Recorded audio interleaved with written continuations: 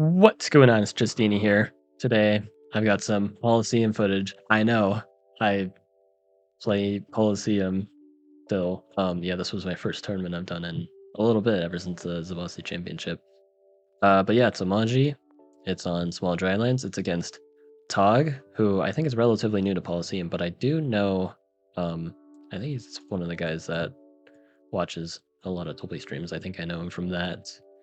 Because I recognize his username. So, yeah, it's gonna be games of all time because it's Drylands, everyone's favorite. I say very sarcastically. But yeah, I guess we'll just get right into things. So, my spawn, despite having a host advantage, is not that great. Early meet, terrible old city. But I mean, if this city's fine, okay, well, very important actually, I don't get attack precap. Why don't I get attack precap? Well, because I don't want to lose this city. As bad as it is, it would be much worse to lose the city. Now, the opponent sieges, and I kind of expect that, but now I just killed their rider. They denied 1 star. They did kill my rider, so I kind of an even trade, but I get the vet assign.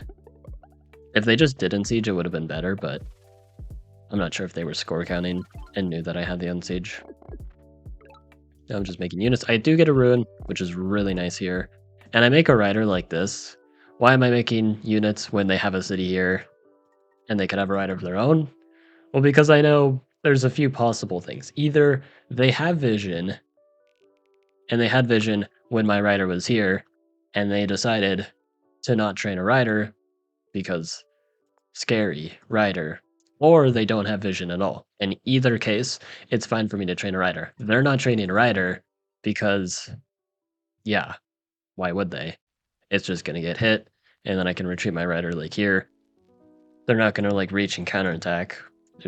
Yeah.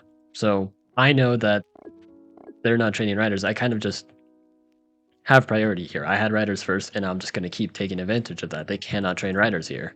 I'm advancing this warrior because they either have a warrior or they have nothing, and I can start to pressure here. If they make a warrior, it's going to be really bad. I get an explorer rune, which really sucks here. Let's be honest. It's horrible.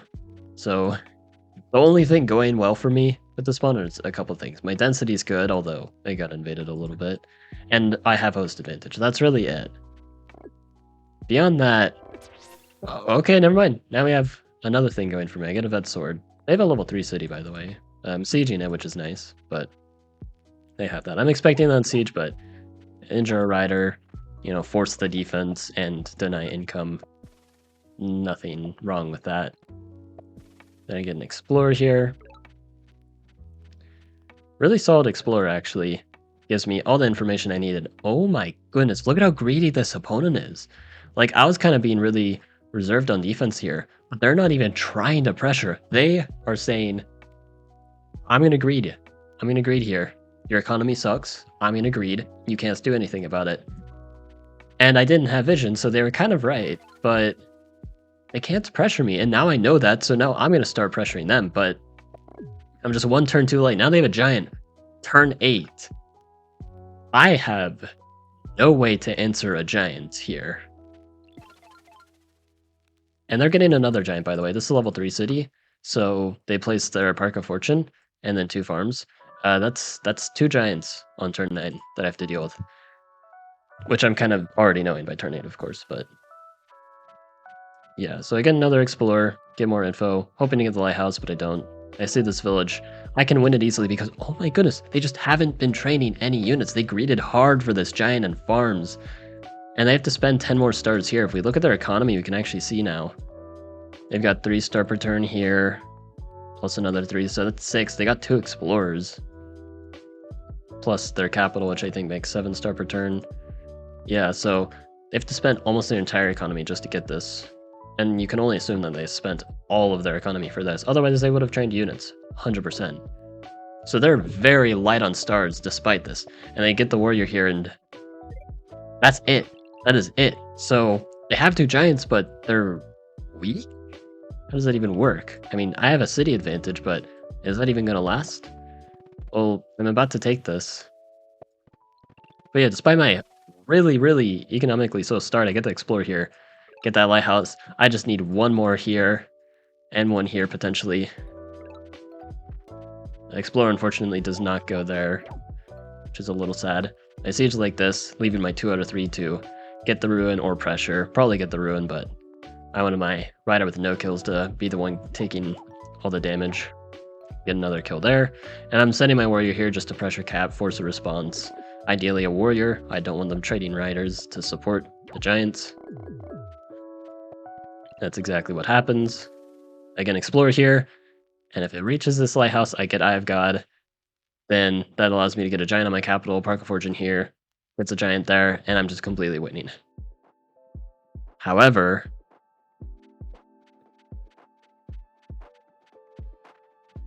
at least I got that lighthouse.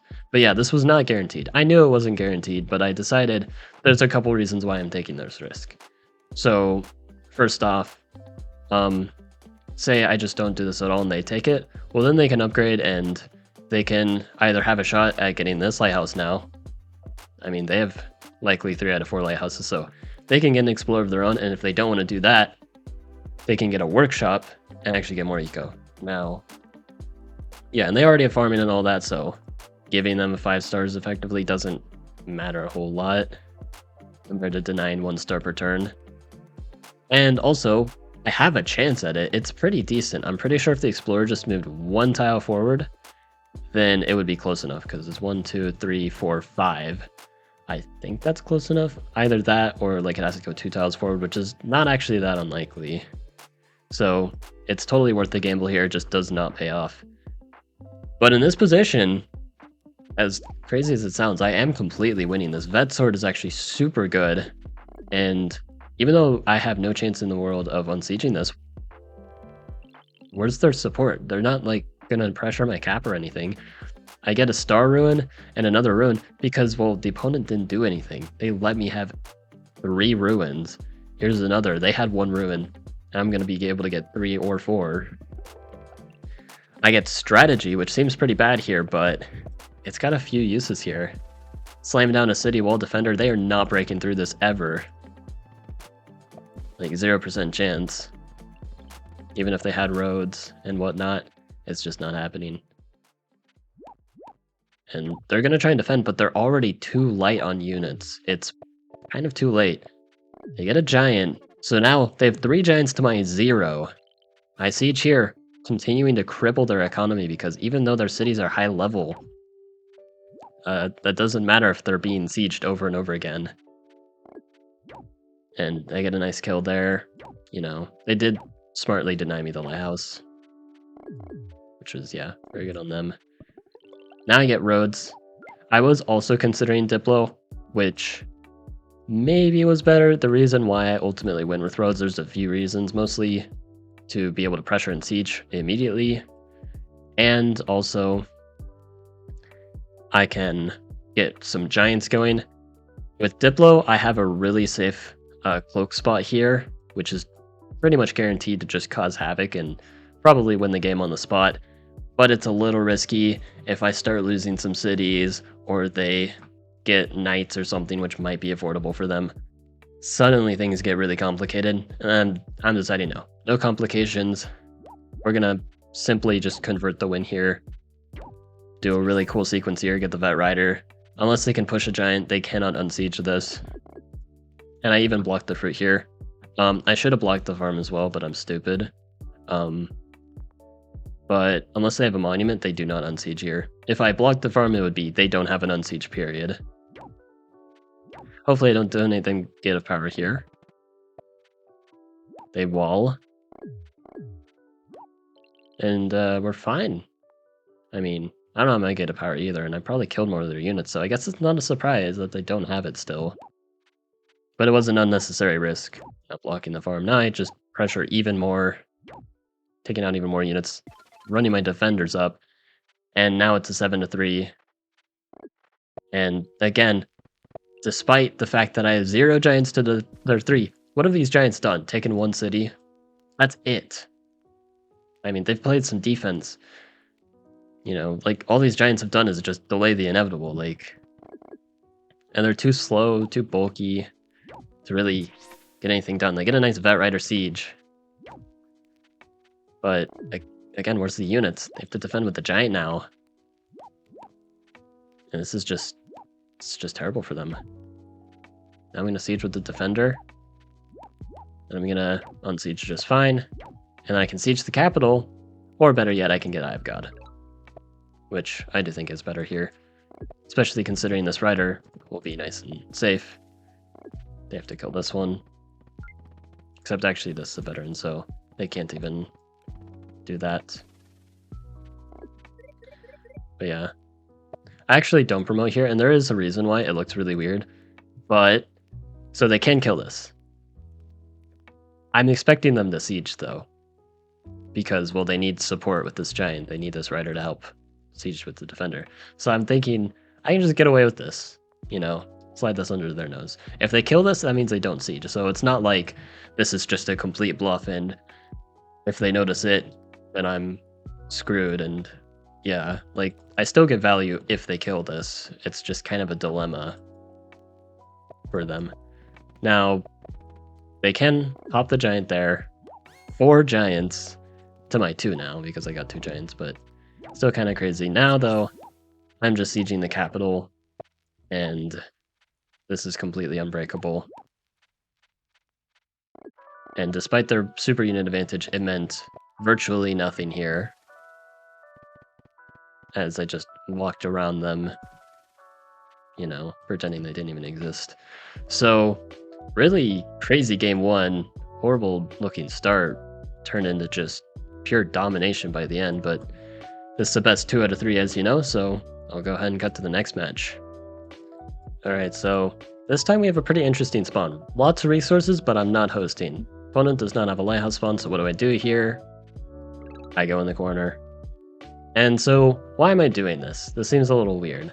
So there's a few reasons. So first off, I'm not hosting, so trying to fight for the middle of the map early on seems a little risky. If I lose a fight in the center when I'm not hosting, I lose on the spot. Just 0 counterplay, that is it. Second thing is I have 5 fruit. Now, I don't need the lighthouse to get a level 3, but, I mean, making it easier to get isn't a problem either. So, you know, speeding up that level 3 gets me another rider, gets me more economy. It's really good, so why not go for that quick level up and have a lot of economy? It can also help me get, like, tier 2 text pre-cap, you know? There's some opening lines there.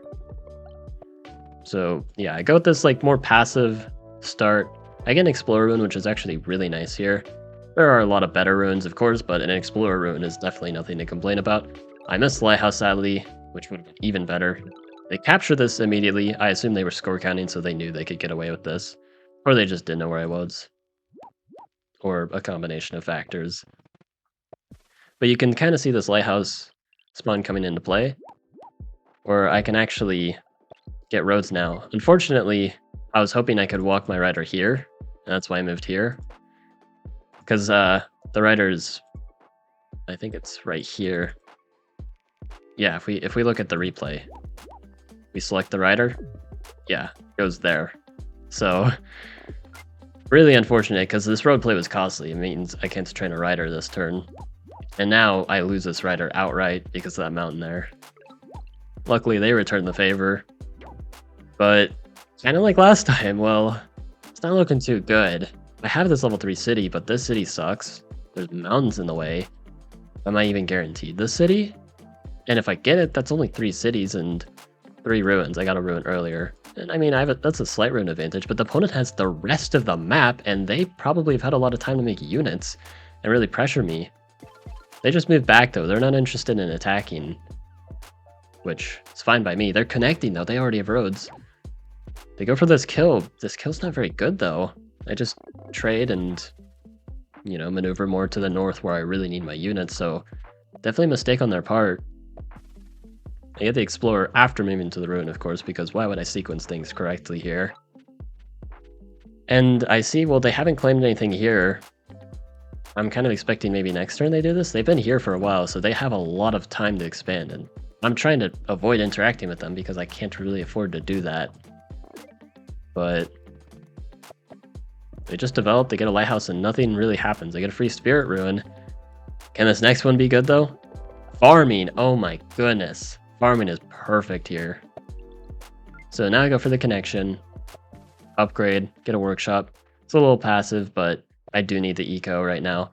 I rode towards this village. Why do I rode towards it now? I could have done this earlier, but I do it now because I want to get this ruin too. This is a nice double threat. Like, this village is heavily contested. Don't walk on it unless you have a good reason to, and my reason is, well, they might not have enough units to deal with both. They might be a little distracted, or maybe they're just playing really greedy like last game. And so this just to keep them honest. And yeah, they pass with flying colors, except I have a counterattack. And this time it's not a double threat. Triple threat. But it's not a triple threat, it's a quadruple threat. I'm threatening the siege, I'm threatening this city, I'm threatening this ruin, I'm threatening this city, and I'm blocking. They would need 8 riders to fully counter all this. 8 riders. I just took out one of the riders. They have nothing here. I know that they have some warriors in the back, but they cannot deal with this. And yeah, this is just insane here. If they had been stepping up and pressuring me first, I don't think this would have happened at all, but I think this is just a classic. That's what happens when you play too greedy. My position wasn't even good. It was pretty bad, actually. But I recognized, like, I could have even gotten a giant last turn, but I decided not to because I recognized that, well, I'm just completely winning. What are they supposed to do now? Now I get the giant later, and I'm just completely demolishing them here. I have a pretty good unit advantage. I now have 5 cities. I have all the techs I need. They look to not even have farming. And it's even city count. It's, I know, a little crazy to say even city count, but I'm completely winning here. Like, trust me, this is completely... What are they supposed to do? They don't have units. They don't have farming. They don't have the same economy as me. And they also don't have a city wall, which I'm getting here. Why am I getting the city wall? A couple reasons. I have a rider here, so protecting this is good. Being able to train riders here without worrying about this warrior or like this rider smacking, because I can place a road here. Now, both of these can reach. But if I have a wall here, then they can hit my rider twice, and it'll deal more retaliation damage, and it'll also survive. You know, I think the first hit is like, it deals, yeah, I can actually check. Deals 3, and it deals 3 back. The next hit, it's a bit more damaging, but still, the rider needs 3 hits to actually die, and it'll deal more retaliation, so it's better than 5 stars here. Why not? And if I make warriors, it's basically just not worth it ever to siege. They go for this siege, trying to counterattack now, but unfortunately it's just too late. This is all of their units, they're just trying to push everything here, but unfortunately, I know how to play Drylands. It's just spam units win. The most exciting strategy of all. Just put all of these in the west. You can't kill all of them. I have a 2 out of 3 rider, which I could have positioned better. Like, if I put it here, then it's unreachable. And, you know. But I don't need to be smart. I'm getting this lighthouse, and I'm sieging the city, whether they like it or not, and I'm spamming a ton of riders this turn. Giant is pressuring. They just cannot deal with everything. It's impossible. And I have vision. I have all the information I need. This is a forced win. There's nothing they can do. They can level up, which also really greedy. By the way, this is a super greedy level up. And they also don't get a wall, which is kind of insane here because I'm sieging. And not only that, you see this intentional block. I mean, I'm going to move the rider off, but I'm going to move it back to block. And I'm blocking all of the resources here. They have enough farms to get a giant push, but you're not getting it. I'm just not going to allow it to happen. So, twice now, with arguably worse spawns in both games, but that doesn't matter. Funny haha rider spam for the win. That's why you don't play greedy. Yeah. Hope you guys enjoyed. Like and sub. And have a good one.